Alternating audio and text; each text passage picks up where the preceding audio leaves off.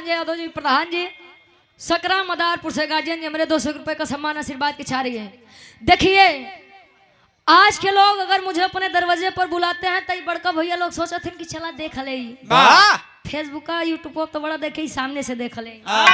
अच्छा हम आए तो एक जने कहे यार यूट्यूब तो बड़ी बड़ी लागत है यार के बताओ यूट्यूब वाले के कलाकारी बा एकदम जूम करके ली है जवन फिल्टर लगा दी है हमार दोस्त सुनाई बा और ये सम्मानित अच्छा काका दादा लोग यहाँ बदे आवत हैं कि चला देख ले कुल लड़किन गावत है कि कुछ पुरन क्यों गावत है तो दोनों जने आनंद ले लिया।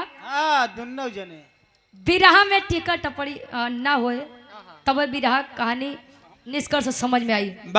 4 लाइन कवि जी भूमिका के अंदर भाव देते हैं विश्वकर्मा भगवान जी के बारे में। कहानी देखा हमारे विश्वकर्मा जी से उठी और कहाँ खत्म हुई आप लोग देखिए भाई बिरहा के पारखी लोग बैठा है।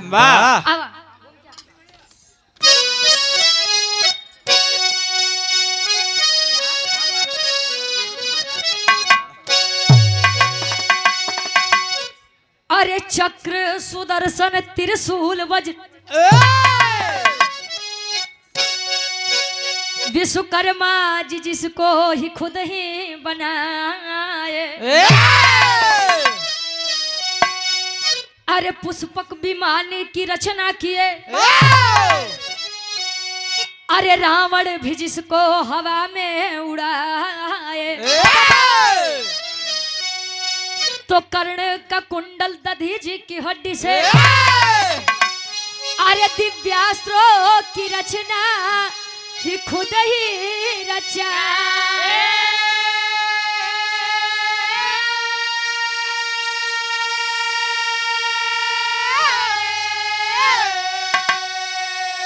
तब विश्वकर्मा भगवान दुनिया के पहले इंजीनियर है बात अमलेंदु बताए।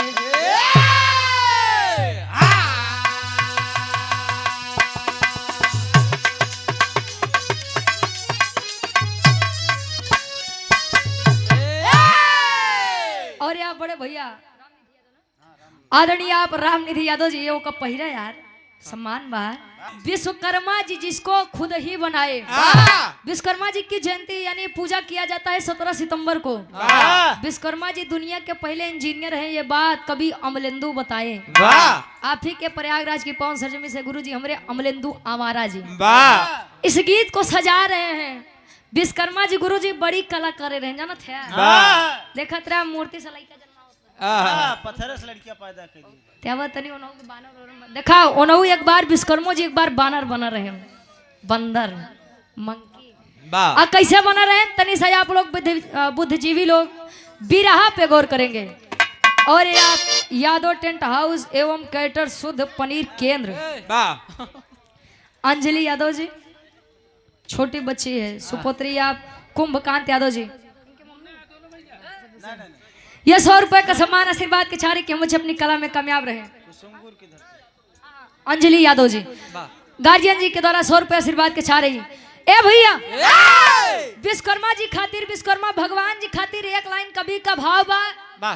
फिल्मी दुनिया वाले इस गीत को गाया करते थे कोनो प्यार में धोखा खाया हुआ लड़का राकेश चाचा अपने बेवफा सनम बदे कहे ग्राम सभा कुसुंगुर के आप भावी प्रधान पद के प्रत्याशी बड़े भैया अजीत यादव जी 201 रुपए का सम्मान आशीर्वाद के छारी कैसे गावे क्या बात है।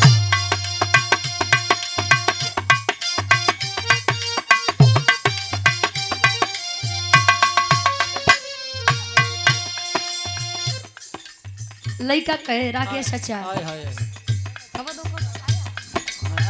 वापस का पूछते हैं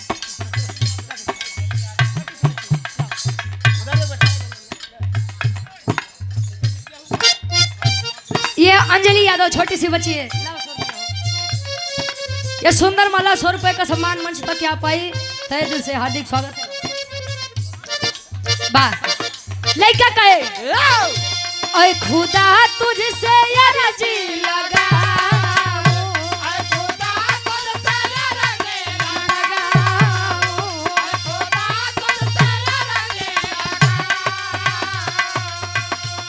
ऐ खुदा तुझसे अर्जी लगाऊं मैं उसे वो मुझे भूल जाए वो मुझे मैं उसे भूल जाए वो मुझे मैं उसे भूल जाऊं। क्या बात है ऐ खुदा तुझसे अर्जी लगाऊं, ऐ खुदा तुझसे अर्जी लगाऊं, वो मुझे मैं उसे भूल जाऊं, वो मुझे मैं उसे भूल जाऊं।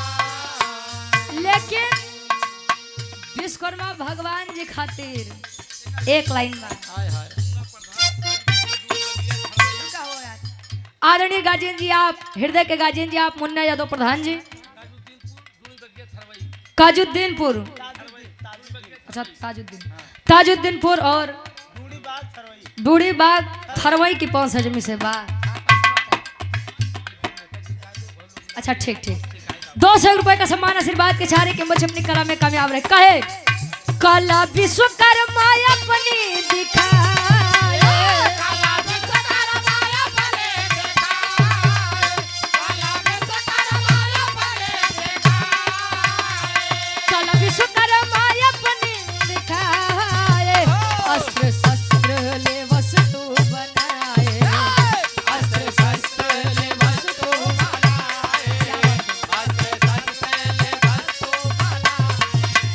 काला विश्वकर्मा अपने दिखाए, काला विश्वकर्मा अपने दिखाए। अस्त्र शस्त्र ले वस्तु बनाए अस्त्र शस्त्र ले वस्तु बनाए। वो रचना ही थी पुष्पक विमान बनाए थे जिसको रावण जी ने हवा में उड़ाया था वाह वो रचना ही थी चक्र ई कन्हैया जी के कि केहू जल्दी ओकर भार सुदर्शन चक्र नहीं झेल पावे वाह बिरहा के कहानी के शुरुआत तिहारे से बात कैसे नजम के शुरुआत बा अजीत यादव बड़े भैया भावी प्रधान पद के आप प्रत्याशी है कुसुंगुर की 5 सरजमी से आशीर्वाद के चारे कहे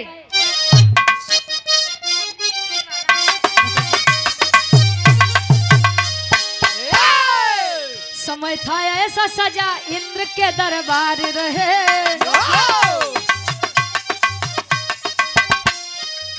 नृत्य घृताक्षी का सबके मन में वार करे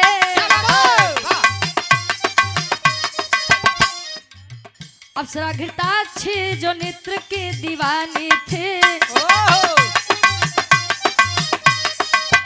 उन्हीं की बेटी चित्रांगदा सयानी थे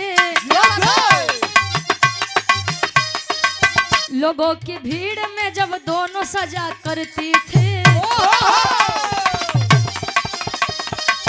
बस यही बात विश्वकर्मा को बुरी लगती थी नृत्य से क्रोधित विश्वकर्मा रहा करते थे नृत्य से क्रोधित विश्वकर्मा रहा करते थे बीवी बच्चों से अपमान सहा करते थे क्या बात है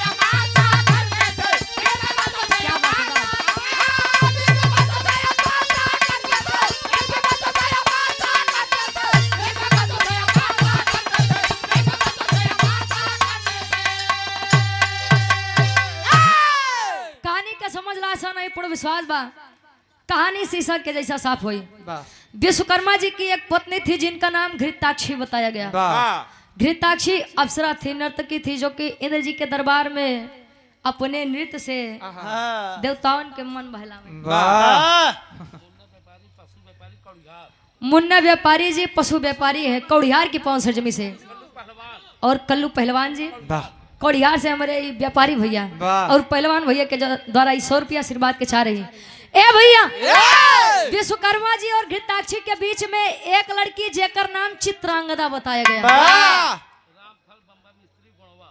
राम फल रामफल भैया हमारे बम्बा मिस्त्री यही क्यों पैदा कर सम्मान के आशीर्वाद के चाह रही हमारे तरफ नल बोला जाता है आप लोग तरफ बम्बा बोला जाता वाह हैंड पाइप है ए भैया तब घृताक्षी जब इंद्र जी के दरबार में नाचे तो लोग बड़ा खुशी हुए यार क्या नर्तकी है वाह क्या नाचती है वाह वाह गजब गजब रे कमर ही लेता बोलो बोलो बोलो ना भैया बोलो बोलो जगदीशपुर का चांदा तहसील बला कहाँ ये हमारे व्यापारी भैया। कौन व्यापारी? कल्लू चांद व्यापारी व्यापारी पशु व्यापारी है हमारे भैया, कल्लू व्यापारी। अब वो नहीं भुला जाए। 100 रुपये आशीर्वाद के चाह रही। ए भैया शास्त्रीय मिस्त्री लाइन मैन हमारे 100 रुपये आशीर्वाद के चाह रही। चाचा रखते दे बैठा रहा। हाँ ये दुकानदारी हम जाना था, तू ही समझाता है। वाह लोग बखान करे, तारीफ करे। जिन विश्वकर्मा जी को लोग बखानते थे कि यार क्या कलाकारी है, वाह और नहीं के लोग जब विश्वकर्मा जी इंद्र जी के दरबार में पहुंचे तो मान देख के हंसे कि है बड़ा का इज्जतदार बनत है, बड़ा का इज्जतदार बनत है। तार मेहरारू नाच नाच के सबके मन बहलावत है। अब मेहरारू के बाद छोड़ा इनकर जो बिटिया बा चित्रांगदा वो सबके मन बहलावत है। तब भाई मेहरारू को तो क्यों डांट सकत नहीं, डाके सच्चा चलत उलत की नहीं, बहुत चलत है। ठीक बा ए भैया। अच्छा यार मेहरारू घृताक्षी के तो कुछ नहीं कह सकते, लेकिन चित्रांगदा के कह सकते हैं। इंद्र जी का दरबार सजा है, नर्तकियां नाच रही हैं। तले विश्वकर्मा जी हैं अपनी बेटी चित्रांगदा से कहीं की है लड़की, लड़की सनसनी फैल गई उस दरबार में। चित्रांगदा लखत बा का बात बा, कहीं की देख जितनी इज्जत तोर माई बिटिया के बनाओ करान हमार बनाई ले तोरे माई तुम कुछ कह सकी नहीं। लेकिन तो के कहा जरूर तोरे माई के कहे लेकिन तो कहा जरूर का कहबा तोर शादी ब्याह जहाँ कह दे वहारे जाए नाचे गए। यहाँ जरूरत साहब एक बात मेरी आप लोग जान जाइए, कोई भी क्षेत्र खराब नहीं होता है। क्षेत्र में बच्चा नाम कर जाए लेकिन उसकी रुचि उस क्षेत्र में होनी चाहिए। अनाही बत केतनो मार के गरियाई के ओकर काम करावे चाहबा तो नहीं करी, केतनो तू कुछ कैला। डांट रहे हैं विश्वकर्मा जी अपने बेटी चित्रांगदा को, तो चित्रांगदा बड़ी उदास है कि मेरे पिताजी जब मेरी भावनाओं को नहीं समझ रहे हैं तो मैं दुनिया वालों से क्या उम्मीद रखूं।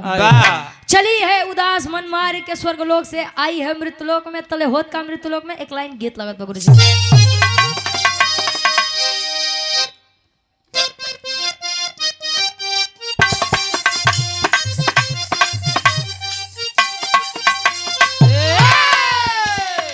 सचा ई गीत आप बदे कोनो दुल्हा कोनो दुल्ही से कहे देखिया भोजपुरी में कुल गीत खराबे नहीं बा, कुछ अच्छी बा। दुल्हिया से ओकर दुल्हवा कहे हई सेंट गम कहुआ हमारे खातिर।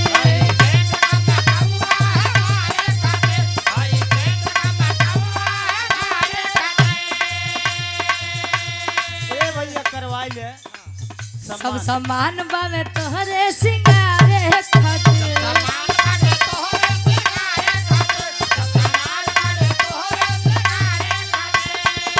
और हमारे गुलाब भैया हमारे पूज्य पिताजी का सम्मान किए, सुंदर माला और ढेर सारा मैं पुरस्कार देकर। माला नहीं माल तो है। हाँ बिल्कुल हो मेहनत हुआ हमारे खातिर, सब सामान बावे तोहरे सिंगारे खातिर। काले दुल्ही कई मान हमार चाची का है चाचा टिकुली लैला झुमका लैला गजरा हाई फाई। टिकुली लैला गजरा लैला झुमका हाई फाई। टिकुली लैला गजरा लैला झुमका हाई फाई।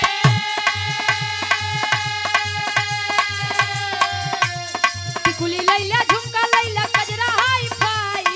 हाय हाय हाय सड़िया करियई के लाई करिया करियई बा सड़िया करियई के लाई। लेकिन ई तमाल हमारे चाचा चाची के बात रह जाएगा। ओ लड़की विश्वकर्मा जी के बिटिया चित्रांगदा उदास होकर स्वर्गलोक से आई है मृतलोक में, तले होत का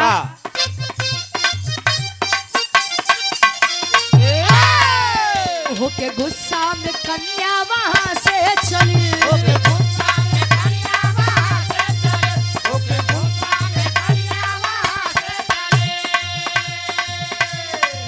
धरती लोकवा में आई कचनार चली।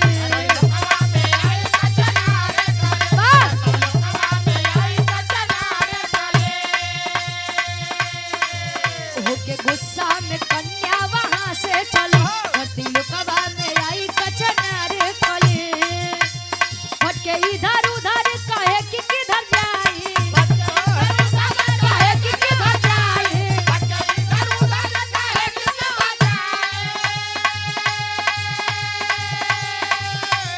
भटके इधर उधर काहे कि किधर जाई आय हाय हाय राजा सूरत के पास आए राजा सूरत चली है आई स्वर्गलोक को छोड़ के मृतलोक में बैठी है। तले मृतलोक में एक राजा रहे जिनका नाम राजा सूरत बताया गया। सूरत राजा सूरत से मुलाकात हुई, पहली ही नजर में पहला प्रेम हो गया। प्रेम नहीं जनता का हो कहाँ मिले थे? कैसा पूछे वो प्रेम अच्छा प्रेम हो गया। तले लड़की कहे चित्रांगदा कहे कि अब जो जियब तोरे खातिर मरब तोरे खातिर। राजा सूरत भी कहे कि अब हम जियब तोरे खातिर तब मरब तोरे खातिर। साथ जिएंगे साथ मरेंगे है सनम तेरे लिए। अरे जिया बहादुर ए भैया दोनों ने कसमें खाई साथ जीने मरने की, वचन देकर चली है। लड़किया कहे कि हम अपने बाबू से बात कर रहा ना बिल्कुल मानी जाइए तो ठीक बा, नहीं तो दूसरा उपाय हो भाई करी। अच्छा चली है स्वर्गलोक में। अतले स्वर्गलोक में एक स्वयंवर रचत बा कहीं बदे जाना था चित्रांगदा खातिर, ताकि री लड़की आज के बाद नाच गावे न पावे हमारे पीछे से कर जियो छूटे। स्वयंवर रचे है, चित्रांगदा आई है बात करने के लिए। देखा एक बात बा गुरुजी, लड़की वो बेचारी 18 साल के जे काका दादा हरे चलू नहीं पाओ तहाँ बुढ़वा लाठी लेके 3 टांगे चल दे हैं ओनहु चलें चली आ चित्रांगदा स्वयंवर बा लहजा जुआर लहाजे ले चले हैं सभी लोग बैठे हैं तले।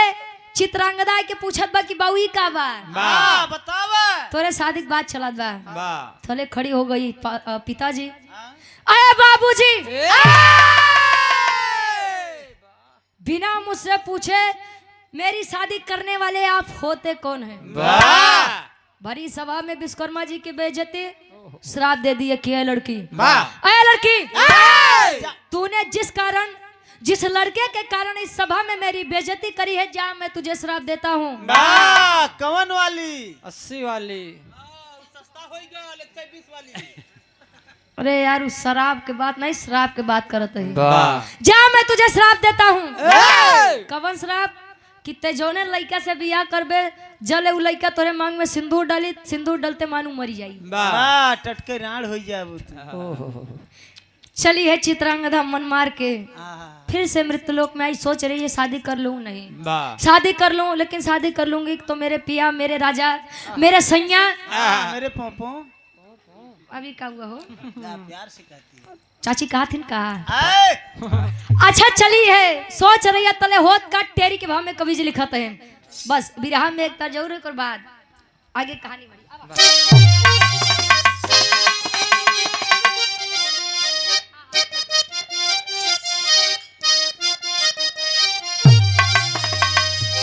स्वयंवर अपने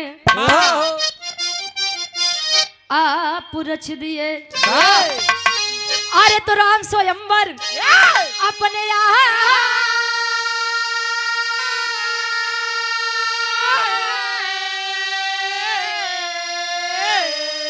अरे तो स्वयंवर अपने आप रच दिए। दुआ तो दिए नहीं बदले में मिला सदा पेर सदा पेर सदा। दुआ तो दिए नहीं बदले में मिला श्राप, स्वयंवर अपने आप रच दिए।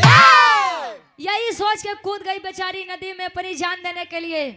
मेरी एक बात आप लोग समझ लीजिए, जब हमारे तन पे कपड़े नहीं होते हैं, जब हमारे पास खाने को खाना नहीं होता है, तब हमारा समाज हमारे पास नहीं आता है। लेकिन जब लड़कन के खुशी देखे के आई तो माई बाबू कहिए कि समाज का कही, और खोखले समाज के लिए हम अपने बच्चों की कुर्बानी चढ़ा देते हैं। बारे जमाना बारे इज्जत। ए भैया कूदी है बेचारी नदी में कि मैं अब नहीं जीऊंगी। पानी का बहाव तेज है, तैरते पानी के बहाव से चली है ऋतिक ध्वज मुनि की कुटिया के पास। बाबा आदेश दिए अपने शिष्यों को, बेटा जाओ लेकर आओ। कौन है बेचारी? देखो कौन है। लेकर आए, थोड़ी देर आराम करी तले ऋतिक ध्वज मुनि पूछ रहे हैं कि बेटा आए बेटा इतनी कम उम्र में इतना बड़ा फैसला क्या बात है। तले चित्रांगदा विश्वकर्मा जी के बिटिया रोई के बतावे चौक के भाव में कवि जी लिखत है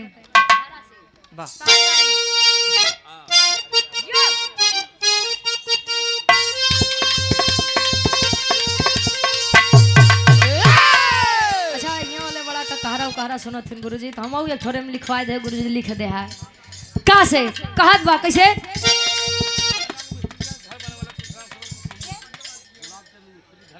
अच्छा ये हमारे गार्जियन जी गुलाब चंद भैया के हमारे मिस्त्री जी घर बनने वाले वाह राजगीर है हमारे गार्जियन जी क्या रुपया आशीर्वाद के चारी कहा था चित्रांगदा कहे चित्रांगदा मुनि से जाके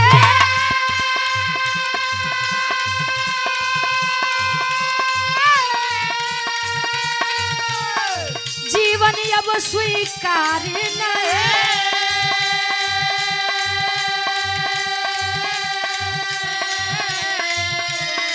खुद की मर्जी से शादी कर लूं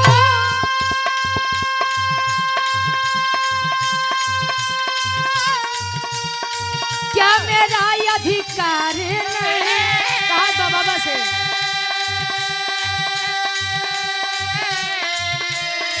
गणपति के पास में जाके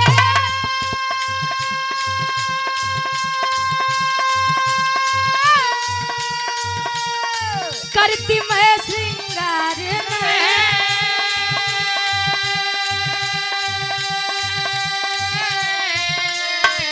घृणा हुई है अब जीवन से घृणा हुई है अब जीवन से मर जाना बेटा नहीं घृणा हुई है अब जीवन से मर जाना बेटा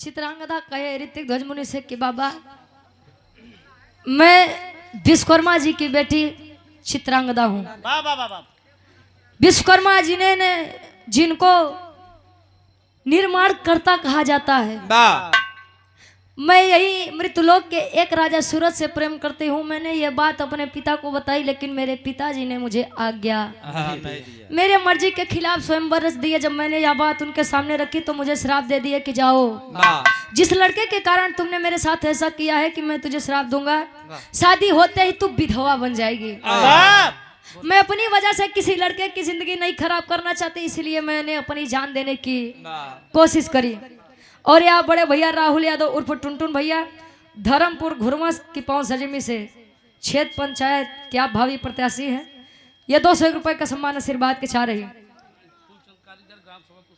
फूलचंद भैया हमारे कारीगर साहब ग्राम सभा कुसुंगुर की पहुंच सजमी से ए भैया जले तनी बतिया पता लगा था 26 विश्वकर्मा जी अपने बिटिया के खोजे बदे निकलत है ऋतिक ध्वज मुनि बुलाए ऋतिक ध्वज मुनि समझाते हैं कि देख बेटा अगर तेरी बेटी उसके लड़के के साथ खुश है तो क्यों ना शादी कर दे पहले विश्वकर्मा जी मारा इठे लगन किए बाबा ए बाबा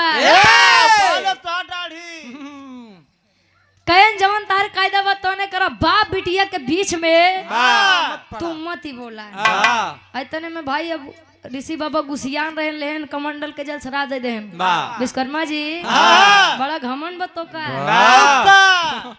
तो ठीक है बा जा मैं तुझे श्राप देता हूँ जा मैं तुझे श्राप देता हूँ बड़ा गुरूर बतो का अपने ही सुंदरता पे ना अब वही बानर बन जाता है अब बोला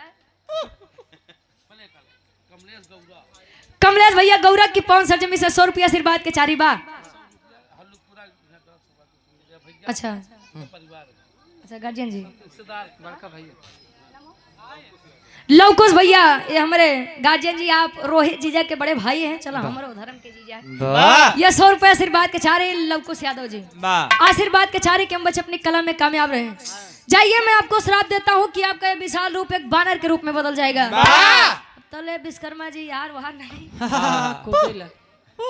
दिखाएगा विश्वकर्मा जी का बानर का रूप मिला है तले हाथ जोड़ के क्षमा मांगा था कि बाबा मुझे माफ कर दीजिए, मैं अपने घमंड के सामने आपको नहीं पहचान सका। वाह कहन कि ना ना बेटा अरे बड़का अहंकार वाला बनत रहा। वाह अब जब ले अपने बिटिया के शादी राजा सूरज से करबो ना तले ऐसे नहीं रहा। हाँ आ तले विश्वकर्मा जी मुक्ति मुक्ति मुक्ति मुक्ति करत करत हाँ, मुट्ठी मुट्ठी मुट्ठी मुक्ति कहा थे तो का उल्टी सुनाते करते करते पहुंचे का अंजन प्रदेश हुए, अंजन प्रदेश जहाँ हनुमान जी का जन्म भरे। वाह तो होता है कि अच्छा जब कहीं बाहर से कोई इंसान आता है या कुछ भी आता है तो लोग विचार करते हैं यार ये के यार वाह नया का मॉडल। नाम हो सकत है। तले कुल बानर बैठ के वो बड़का बानर यानी विश्वकर्मा जी का देखत है विचार करत है। आहा। का विचार करें विराह के आखिरी गीत लगत बा खाटी इलाहाबादी तर्ज। अब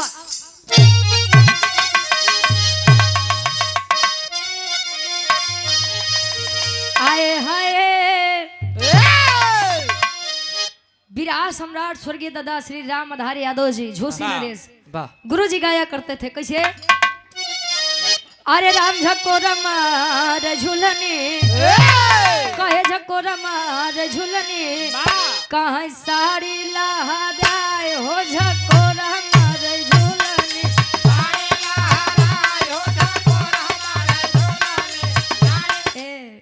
लेकिन गुरु जी देखिए बिरहा जगत में जो मुकाम गार्जियन जी आप स्वर्गीय गुरु जी हैदर अली गुरु जी ने बना कर गए हैं वाह तले नहीं आज तक केहू बनाए वर ना कमो केहू बनाए पाए। बनाए पाई। वाह गुरु जी गावत रहने कैसे रही रहता वाह गावे कैसे।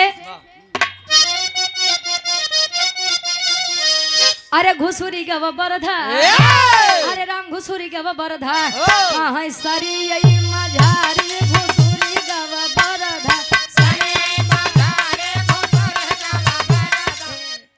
कोनो दुल्ही अपने सासू माई के रहन बतावे अरे हमार मुड़ी कटली अरे हमार मुड़ी कटली तब मोर बूढ़ा माई हमार मुड़ी कटली। अरे घुमा के गोरी मरलो। विराह सम्राट स्वर्गीय दादा श्री राम कला सदो जी बात कहत रहे कहे तेरी मेरी आंख लड़ी लोगों ने बदनाम किया कहे दुनिया के बक्का दिया। हाँ हम तू अपन काम किया केहू केहू कहे ला उमरिया के दोस्त बा कही के गए सूरदासी सब नजरिया के दोस्त बा नजरिए के दोस्त बा कहे अरे घुमा के गोरी मरलू आई नया ना वैसे प्राण रे घुमा के गोरी मरलू।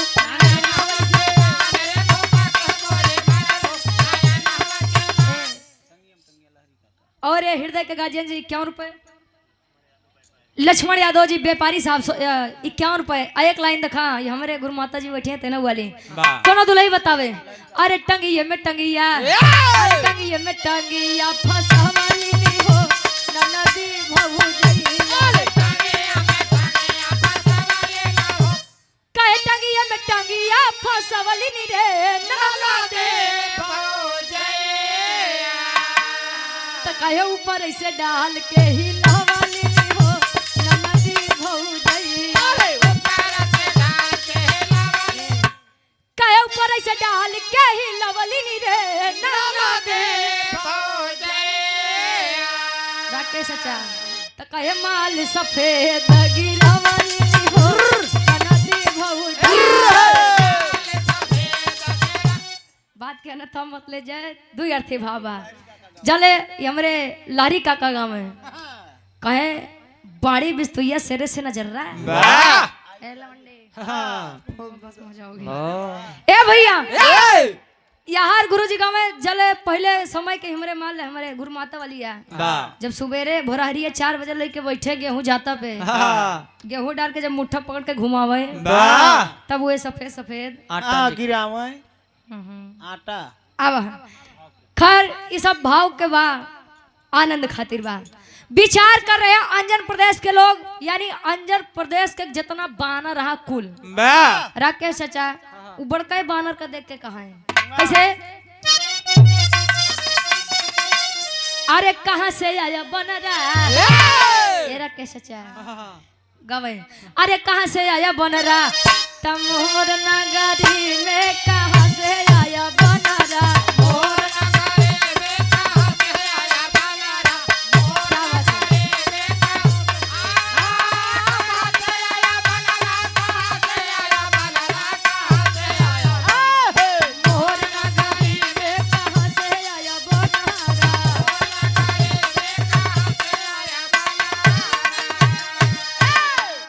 कहाँ से आया बनरा मोर नगरी में विचार करत हैं तले हनुमान जी आनो हो विश्वकर्मा जी बड़ा लोचा कई के आए तले हनुमान जी उड़ान भरतन पहुंचतन कहाँ जहाँ घृताक्षी नाचत बा इंद्र जी के दरबार में कहन का पूरी जिंदगी नचबे भाऊ अब चला कहन कहाँ अरे तोरे जने बानर बन के हमारे देश में बैठा है अगर उनकर प्रेम चाहिए तो अब चला सही से प्रेम तोका दिवाई देवे तोरे जने के लइके आए घृताक्षी सोचिए नारी से वो भी वानरी का रूप रख के अपने सैया विश्वकर्मा जी के पास वानर रूप में जाती है तले मार घृताक्षी इधर उधर करत बा पूंछ उठाई टहल रही अब विश्वकर्मा जी भुला गए कि बिटिया के बियाह करवाए ही अब तो दिमाग बग कैसे ही बना रही हमको मिले तले मार पीछे पीछे होते ना तले होत का कवि जी लिखते हैं कैसे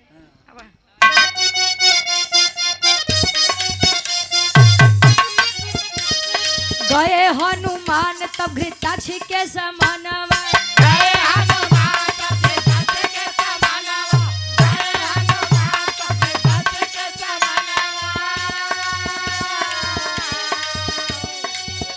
गए पहुंचे घृताक्षी को हाथ पकड़े हैं लेकर आए तले विश्वकर्मा जी अब करत है क्या करे गए हनुमान तब घृताक्षी को ले आए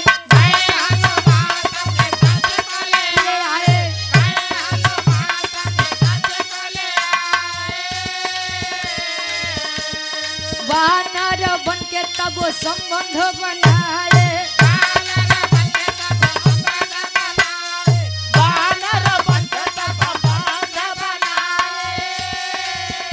अरे दुई लई का पैदा भइले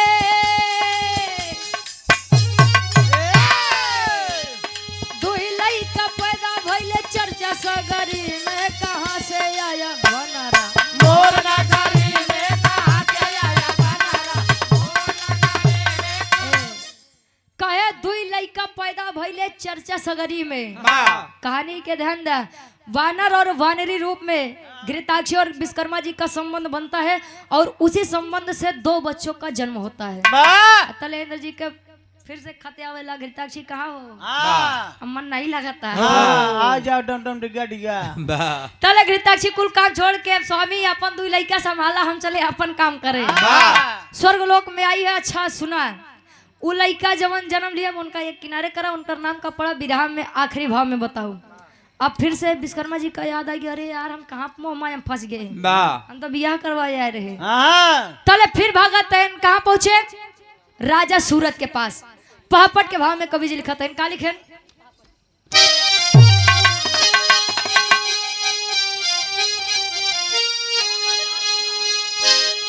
अरे कहे मुनि तू करा दा कन्यादान मान ना जाए दे अरे कहे मुनि तू करा दा कन्यादान मान ना जाए दे तो ना ही साहबा दुनिया में अपमान मान ना जाए दे ना ही साहबा दुनिया में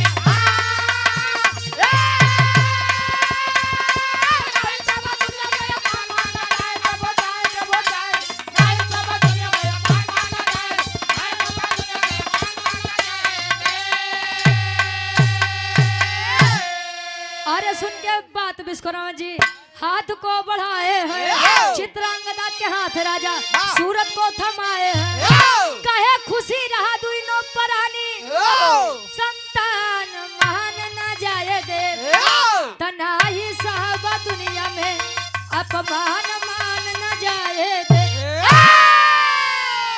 और ये आप राम कृपाल यादव जी मालिक पूर्वा से ये 100 रुपए देकर सम्मान किए चले हैं हाथ थमाए हैं राजा सूरत और चित्रांगदा का विवाह हुआ और अपने श्राप से मुक्त हुए हैं अब वो 2 लड़का के नाम का पड़ा जौन विश्वकर्मा जी और घृताक्षी यानी वानर और वानरी रूप में जन्म लिए लड़कियन के नाम का पड़ा अंजन प्रदेश में आल्हा के भाव में कवि जी प्रमाण देते हैं का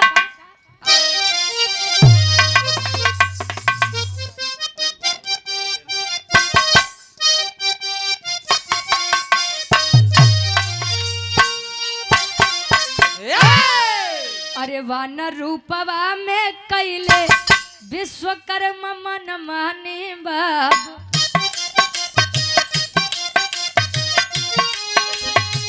घृताक्षी गुजारी या से संबंध बना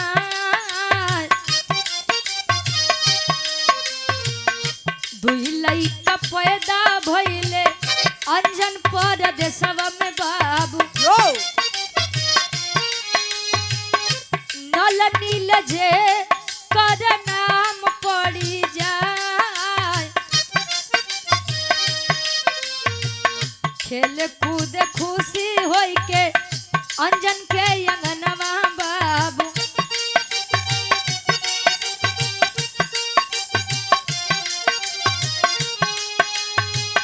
माई अंजनी ले होली गोदिया उठाए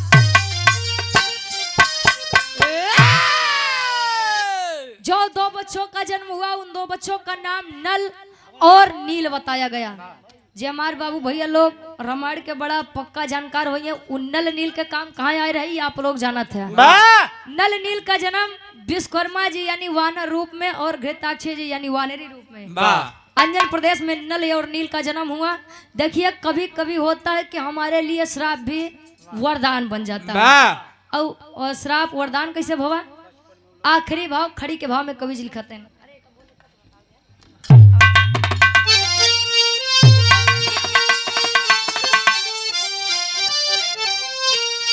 अरे अंजनी से वे ललना अब बजरंगी हो गए तो अंजनी से वे ललना अब बजरंगी हो गए पैदा नल नील होकर उनके संगी हो गए।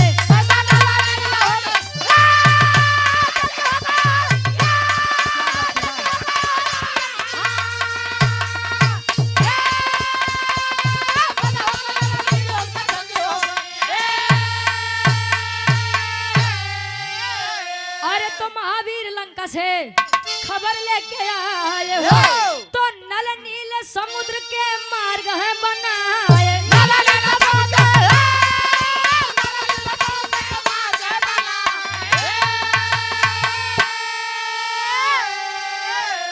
तो हुआ लड़ाई तीनों वीर अब जंगी हो गए। तो हुआ लड़ाई तीनों वीर अब जंगी हो गए पैदा नल नील हो के उनके संगी हो। महावीर लंका से हनुमान जी जब गए खबर लेकर आए तो हनुमान जी से बताएं कि स्वामी अब बड़ा दूर बा कैसे होई तले समुद्र मार्ग राम सेतु बिना नल और नील के पूरा है। बचपन में उन लोगों के यानी जौन लड़कियां थोड़ा छोट होते तो बड़ा चिबिल्लई करत थे जल्दी मनती नहीं। तो ऋषि मुनि ने उन्हें श्राप दिया था कि जाओ वानरो जाओ मैं तुमको श्राप देता हूँ कि तुम लोग जिस भी भारी चीज को पानी में फेंकोगे तो भारी चीज समुद्र में नहीं डूबेगी।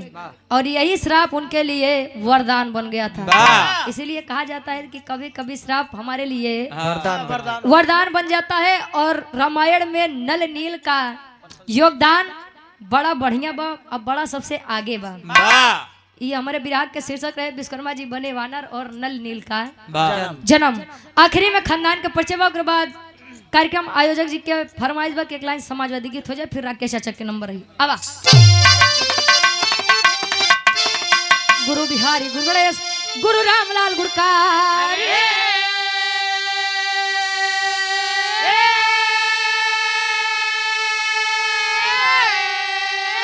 अरे स्वर्ग से चंद्रिका कवि बच्चन जी बने पुजारी हो।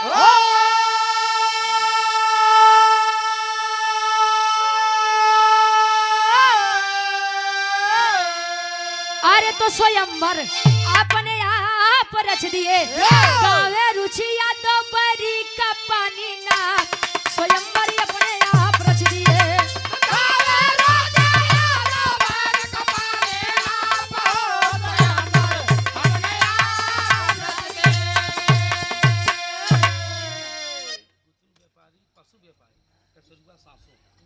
पशु व्यापारी गुतुन व्यापारी और ये गुतुन व्यापारी हमारे हृदय के गार्जियन जी नमो कशेरुआ सांसों की पौन सरजमी से 100 रुपया आशीर्वाद के चारे फरमाइश बाइक लाइन समाजवादी गीत के और बाद फिर क्या बात हुआ।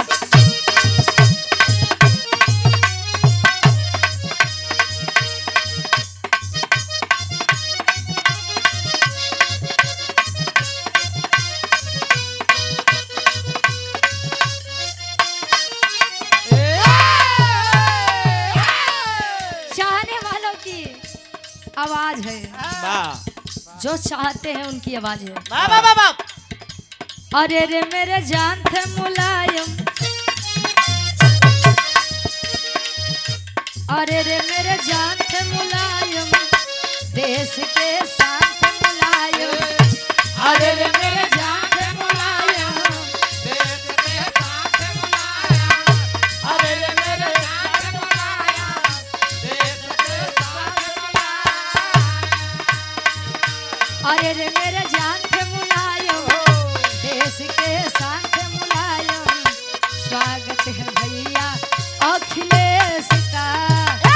अरे रे मेरे जान थे मुलायम, देश के साथ बुलाया स्वागत है भैया अखिलेश का अरे रे मेरे साथ बुलाया देश के साथ बुलाया स्वागत है भैया अखिलेश का। लाला यादव जी घुरवा की पवन सजमी से 100 रुपए कहे। कृष्ण कहूँ कहूँ राम आपको, कृष्ण कहूँ कहूँ राम आपको, पूजती हूँ मैं सुबह शाम आपको। मेरे भगवान थे मुलायम, देश के शान थे मुलायम। मेरे भगवान थे मुलायम, देश के शान थे मुलायम। स्वागत है भैया अखिलेश का। मेरे भगवान बुलाया देश के साथ बुलाया स्वागत है भैया अखिलेश का मेरे भगवान बुलाया देश के साथ बुलाया स्वागत है भैया अखिलेश।